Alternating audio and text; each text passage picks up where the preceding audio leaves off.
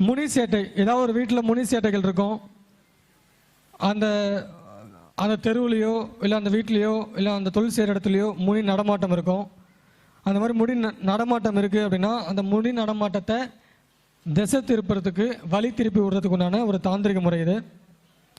காலையிலையும் மாலையிலையும் யானை சாணம், யானையோட மூத்திரம் அந்த இடத்துல வந்து டெய்லியும் தெளிச்சுட்டு வந்தீங்க அப்படின்னா முனி நடமாட்டம் அந்த இடத்த விட்டு விலகி போயிடும். விலகி வேறு இடத்த போயிடும். ஒரு இடத்துல முடி நடமாட்டம் இருந்துச்சுன்னா அந்த இடம் வந்து சரியாக விருத்தி ஆகாது.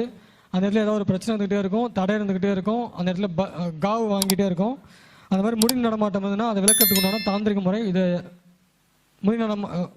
முனி விளக்கிறதுக்கு பயன்படுத்திக்கலாம். சமஜி, முனிக்கும் மீனிக்கும் டிஃப்ரெண்ட் இருக்கா சமஜி தேவதையில்? இருக்கு.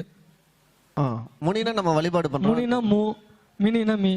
சமஜி இல்லை சமஜி, மினின்னு தனியாக சொல்கிறாங்க, இது முனின்னு தனியாக சொல்கிறாங்க. மினிக்கும் அதுக்கும் வந்து பட்டிக்காட்டில் சைடில் சொல்கிறதா இல்லை வந்து இது கிராமத்தில் சொல்கிற வார்த்தை அது. அதான் மீ மூன்ட்டுன்னு அவ்வளோதான்.